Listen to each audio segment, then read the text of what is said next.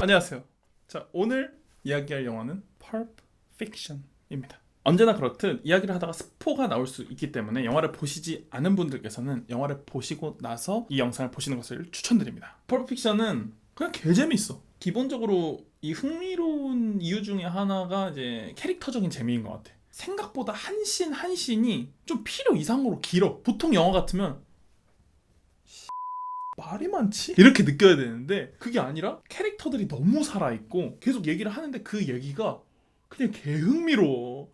계속 흥미로운 얘기를 하니까 계속 지켜보게 되고 재밌네. 이렇게 되는데 내가 볼 때 이거는 약간 타란티노의 대사 쓰는 능력 같은 게 그냥 월등한 것 같아. 스토리텔링 능력 자체가 되게 좋은데 그게 이제 어떻게 영화를 찍었을 때 사람들을 집중시키고 캐릭터가 어떻게 행동하고 갑자기 어떤 리듬의 사건이 일어나고 해야 사람들이 더 재미를 느끼는지에 대한 포인트들을 너무 잘 알고 있는 것 같아. 그래서 이제 재밌다는 생각이 들었고, 펄프 픽션의 주제가 뭔 것 같아?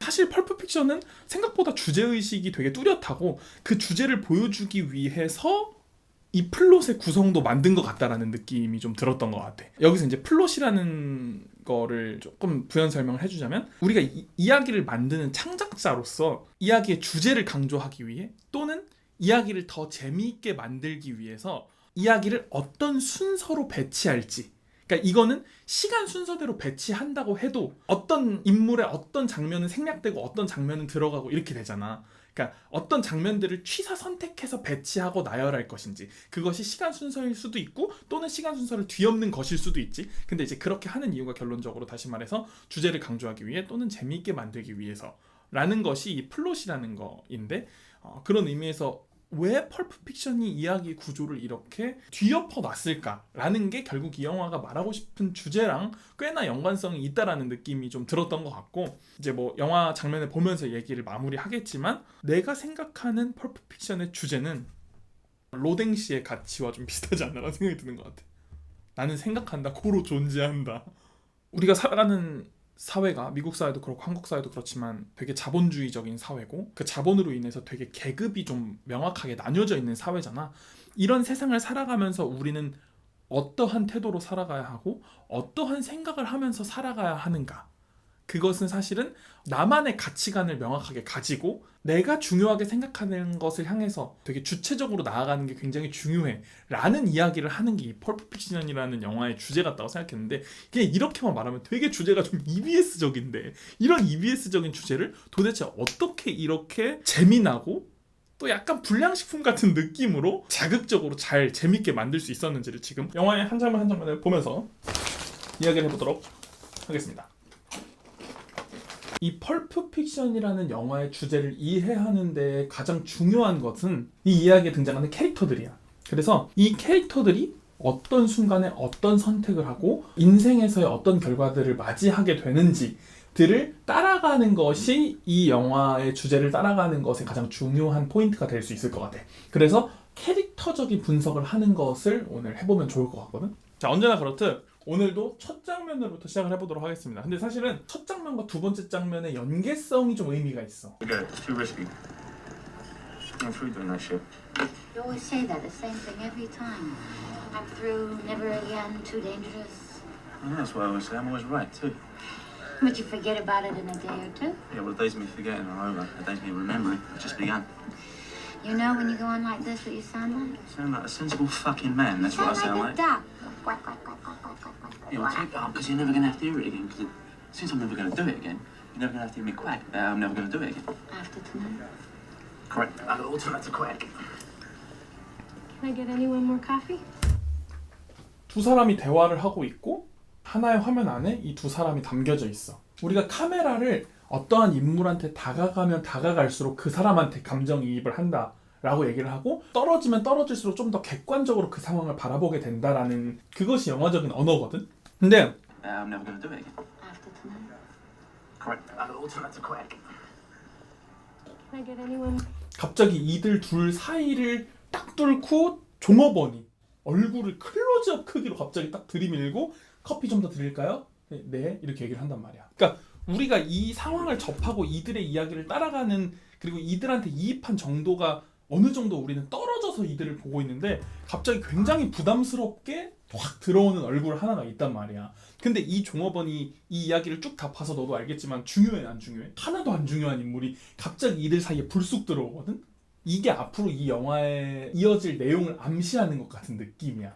그러니까 되게 이야기가 흘러가다가 예상치 못한 뭔가 파격적인 것이 확 들어오고 또 예상치 못한 파격적인 것이 딱 들어오고 어쩌면 우리의 인생도 흘러가다 뭔가가 중간에 확 들어오고 흘러가다 뭔가가 확 중간에 들어오면서 예상치 못한 방향으로 가는 게 우리의 인생일지도 몰라라는 것이 사실 펄프픽션에 들어있기도 하거든. 그래서 이런 컷을 활용하는 게 되게 그런 면에서 좀 의미가 있다는 생각을 했던 것 같아. I'm ready. Let's do it right now, right here. Come on. Right. Same as last time, remember? Your crowd control. I'll handle employees.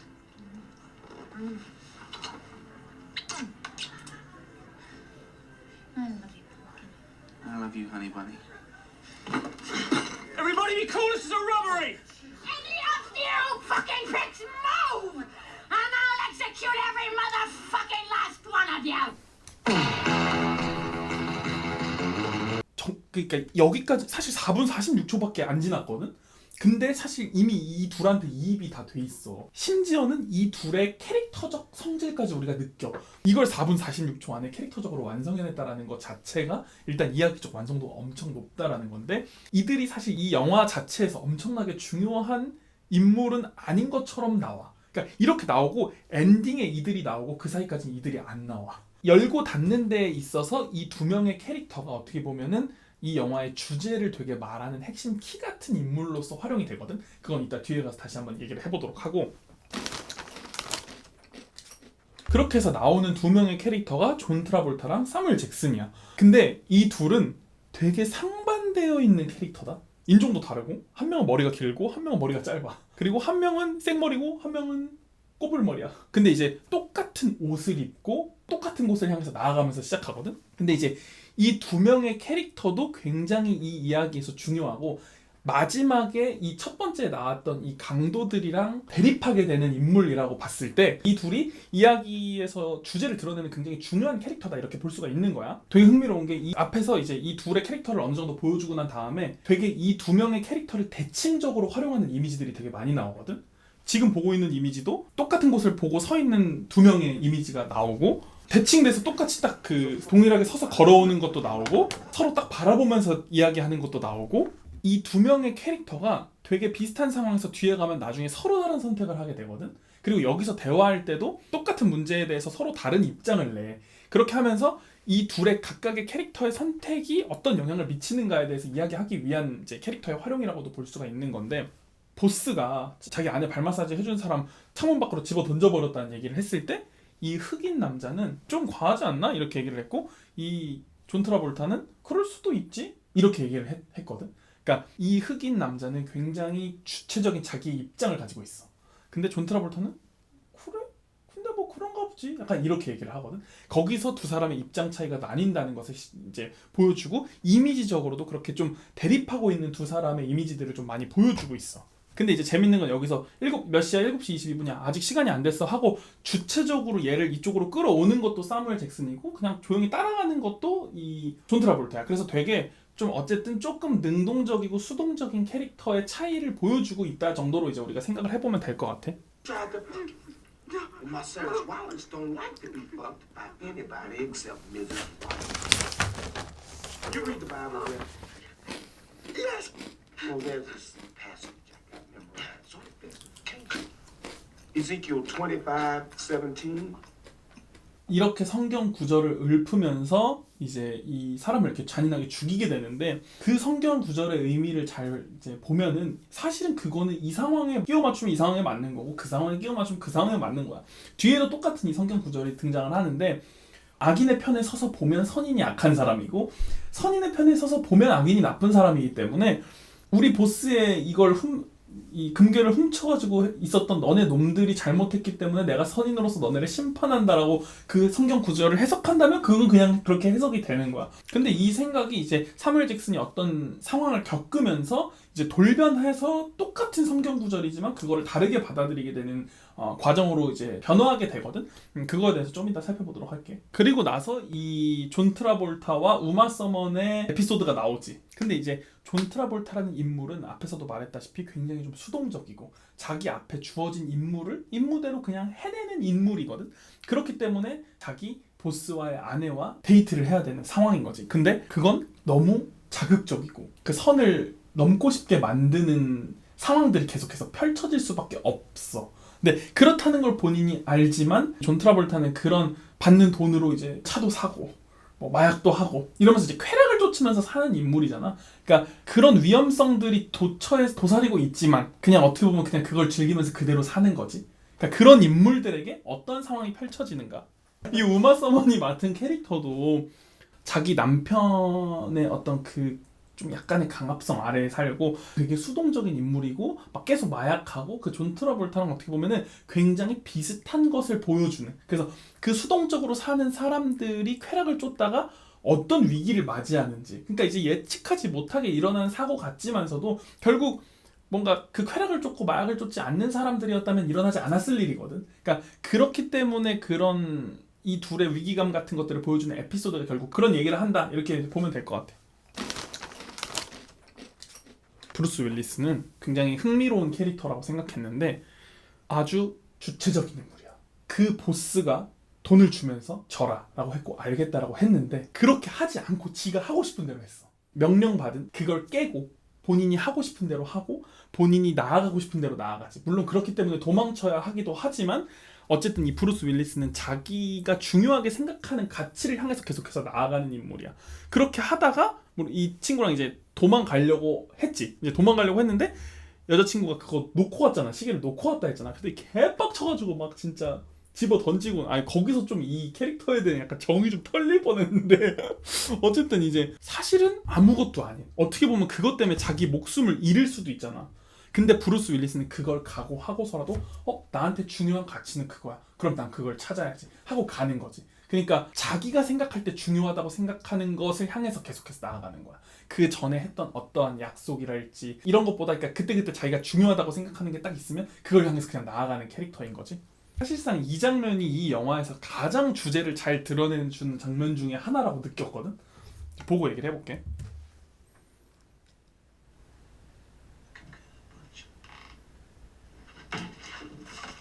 그 와중에 또 빵도 먹어요 또.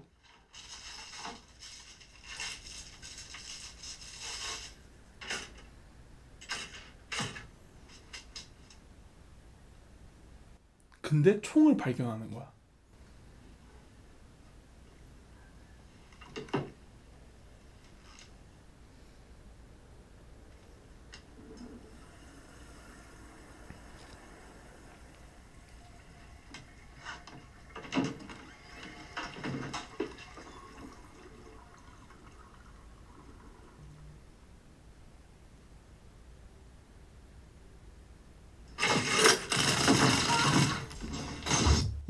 이게 진짜 너무 재밌다고 생각했거든 여기가. 왜냐면 진짜 리얼리티가 일단 개 살아있어. 얘가 총을 쏜 이유는 빵 소리가 팅 하고 올라와서 깜짝 놀라서 쏜 거야. 그잖아. 얘가 쏘려고 준비하고 있었던 게 아니야. 마주치고 나서는 얘도 생각이 어떻게 하지? 하고 얘도 내 총을 얘가 들고 있으니까 잠깐만. 근데 사실 얘네 둘은 앞에서 보스랑 같이 만났던 관계기도 하잖아. 그러니까 이렇게 대치를 했을 때 둘 다 어떻게 될지 약간 모르겠는 마가 딱 떠있는 상황이야. 그렇게 하면 아마 이 브루스 윌리스가 빵을 안 넣었다면, 그래서 빵이 뛰어오르지 않았다면, 잠깐만 얘기하자. 나 이것만 가져가면 돼. 그러니까 너 그냥 보내줘. 알았어. 총 들고 있으니까 알았어. 가져가. 해서 놓고 총 놓고 째끼고 이렇게 됐을 수도 있는데 얘가 여기서 갑자기 뜬금없이 빵 꺼내서 넣으면 좀 이상한 놈 같잖아. 그러니까 앞에서 사실 아침을 못 먹은 상태다라는 걸 한번 줬지. 그리고 나서 얘가 와가지고 자연스럽게 시계 챙기고 딱 넣었는데 그때 하필 이걸 발견하고 그게 팅 하고 튀어오르는 순간 깜짝 놀라서 타라라라 쏴서 죽어버린 거란 말이야. 그러면 존 트라볼타가 맡은 이 캐릭터가 죽은 원인, 우리가 추적해 들어가 본다면 과연 브루스 윌리스가 배고팠기 때문이야? 아니야. 얘가 시계를 찾으러 왔기 때문인가? 뭐 그럴 수도 있지. 그러니까 이런 원인점들을 어디로 놓느냐에 따라서 원인이 되게 수만 가지가 될 수도 있는 거야. 그럼 정확한 원인은 무엇인가라고 봤을 때 뭔가 대답하기 어려울 수도 있을 것 같아. 그게 뭔가 이 영화의 핵심 주제를 관통하는 부분일 수 있는 거거든. 이건 뒤에서 다시 또 얘기를 해볼게. 그렇게 해서 결국 앞에서, 왜냐면 이 존 트라볼타는 마치 주인공처럼 우마 서머니랑 앞에서도 썸씽이 있었고 되게 중요한 인물처럼 여겼는데 갑자기 여기서 죽어버린다는 것 자체가 약간 이렇게 우리를 되게 만들고 당황시키는, 여기서 죽는다고? 아직 1시간 영화가 남았는데? 이게 말이 되나? 이제 이렇게 느끼게끔 하는 어떤 파격성을 가지고 있다 이렇게 볼 수가 있고, 그렇게 해서 이제 누군가 또 따라오지 않을까라는 그런 어떤 긴장감을 가지고 이제 브루스 윌리스가 다시 돌아가게 되는데, 이것도 진짜 말도 안 되게 우연하다고 느끼는 게, 이렇게 가다가 누구를 만나버려? 그놈의 보스를 심지어 우연히 만나. 그러니까 이것도 되게 이 영화가 아니 그럼 이런 우연이 도대체 어디 있어라고 느껴지게끔 말도 안 되게 마주치잖아. 그렇게 쫓고 쫓기다가 이제 음악상가? 낙원상가에 들어가게 되는데 둘 다 그 낙원상가 주인 아저씨한테 잡혀버리는 얼토당토하는 상황이 이루어지는데, 그 다음에 이루어지는 상황은 더 얼토당토하나. 이 보스가 그 아저씨한테 성폭행을 당해.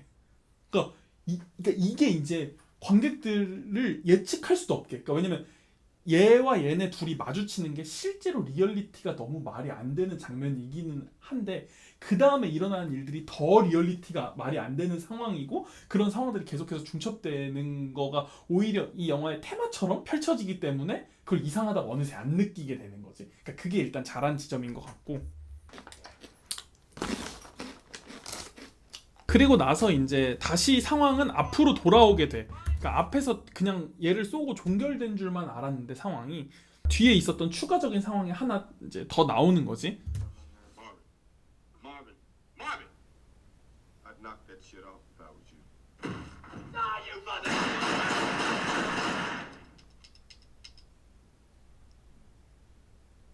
근데 어떻게 이렇게 총알이 피해갈 수 있는지. 그러니까 아까 그 토스트 장면이랑 그리고 이 장면, 이거 두 개가 이 펄프 픽션에서 가장 영화적이고 가장 주제적이고 가장 강렬한 장면이었다고 생각해. 되게 좋았어 이 장면. 너무 내가 예상치도 못하게 누군가를 만나서 예상치도 못한 상황 때문에 결국 나는 죽게 될 수도 있어. 근데 예상치도 못하게 당연히 죽어야 될 상황이 막 중첩됐는데도 살 수도 있어. 이걸 우리는 우연성이라고 불러. 근데 이런 우연적인 상황을 겪고 나서 성경 구절을 외우던 이 윌 스미스, 사무엘 잭슨은 뭔가를 깨달아. 나 보스 밑에서 그만 일해야겠다. 이렇게 얘기를 하잖아. 그리고 이 짓 더 이상 안 한다. 그러니까 그 보스 밑에서 살아가면서 그 정해진 일들을 하게 됐을 땐 결국 이 길 자체가 내가 택해서 수동적으로 가고 있는 길이기 때문에 어쩔 수 없이 나한테 위협이 올 수도 있겠다라는 걸 얘는 깨달은 거야. 얘는 그걸 전혀 깨닫지 못하지. 그렇기 때문에 시간이 지나고, 물론 시간상으로는 앞에서 나왔지만 그 앞에 있을 때 그 브루스 윌리스를 마주쳐서 얘는 죽게 된 거지. 만약에 여기서 얘가 그걸 느끼지 못하고 계속 있었다면 그 자리에 간 건 얘가 됐을 수도 있고 죽는 건 얘였을 수도 있을 것 같아. 그러니까 이 총알이 빗나간 건 아무 의미도 없는 거지만, 그 의미도 없는 상황 속에서 본인이 생각하고 느낀 것을 토대로 내가 앞으로 이렇게 살아가지 말아야겠다라는 걸 이 사무엘 잭슨이 깨달은 거지, 이 상황에서. 그게 어떻게 보면 이 펄프 픽션에서 굉장히 중요한 주제성을 담고 있다라고 이제 볼 수가 있는 거거든. 그래서 이런 생각을 가지게 된 사무엘 잭슨이 이 뒤에 카페에서 이제 그 커플과 마주쳤을 때 그런 행동을 하게 되는 거지. 그 행동이 뭔지는 이제 보자. People, gonna come around and collect your wallets. You don't fucking talk. Just throw them in a bag. Are we clear? Fuck this. In the bag. The fucking bag. What's in the case? My boss's dirty laundry. Your boss makes you do his laundry? When he wants it clean. Sounds like a shit job. Funny, I was thinking the same thing. Now I'm gonna count to 3. If you don't open that case, I'm gonna unload it in your fucking face. You win. It's yours.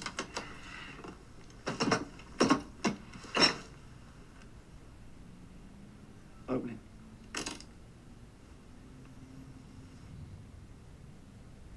What is it? What is it? 이 영화에 되게 많이 나오는 키워드 중에 하나가 자존심. 그러니까 우리가 살아가면서 누군가와 마주쳤을 때 내가 너보다 세? 내가 나보다 세? 이런 부분들이 있고 그런 것들 때문에 되게 많이 부딪히면서 살아간단 말이야 우리가. 심지어 그렇게 부딪히게 되는 것도 되게 우연적으로 일어나는 일들이 너무나도 많고 그런 과정 속에서 우리는 어떤 마음을 가지고 살아가야 할까에 대한 거가 사실 어떻게 보면 이 펄프 픽션이 주고자 하는 주제인 것 같고 사무엘 잭슨은 원래는 딱 부딪혔을 때 내가 너보다 세. 탕! 죽여버리고 근데 죽이는 거에 이제 성경 구절을 읊으면서 내가 너를 심판하는 상황인 거야 라는 말을 던지고 얘를 죽여버렸던 것이 그리고 그 힘의 논리 안에서 내가 보스를 위해서 살면서 나보다 약한 사람들은 죽였던 것이 어떻게 보면 이 사무엘 잭슨이 지금까지 살아왔던 행동 양식이었을 수 있는 건데 그 우연한 계기를 겪고 나서는 아 그러지 말아야겠다라고 느끼고 여기서 얘를 살려주면서 하는 말들이 되게 거의 주제를 거의 정리해서 입으로 내뱉다시피 하거든. 힘의 우위에서 내가 이겨서 널 쏠 수도 있지만 여기서 내가 너를 살려 보내주는 게 관용이고 나는 그런 태도로 살아가겠다 앞으로 라는 어떤 각오를 던지면서 얘네 둘이 여기를 나가면서 끝나. Normally, both your asses would be dead as fucking fried chicken. But you happen to pull this shit while I'm in a transitional period, and I don't want to kill you. I want to help you. Read the Bible, Ringo? 이게 핵심이 지금. Not regularly, no. Well, there's this passage I got memorized. Ezekiel 25:17. That meant your ass. I never gave much thought to what it meant.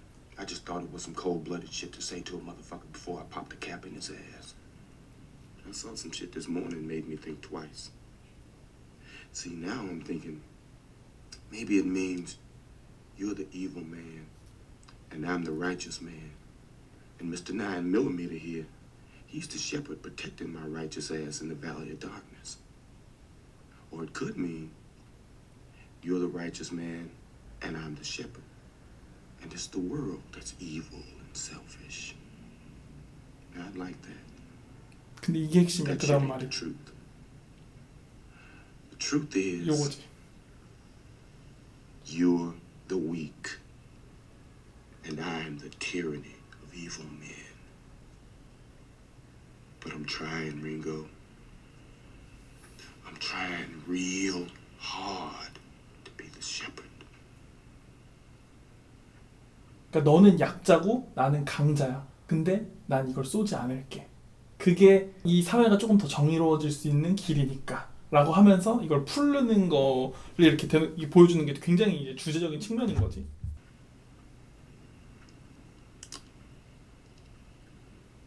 그리고 나서 우리가 다시 생각해 볼 수 있는 게 과연 그러면 이 일을 겪고 난 이후에 이 사람은 또 어디 가서 바로 또 강도짓을 할까? 어쩌면 못하겠지. 무서워서라도.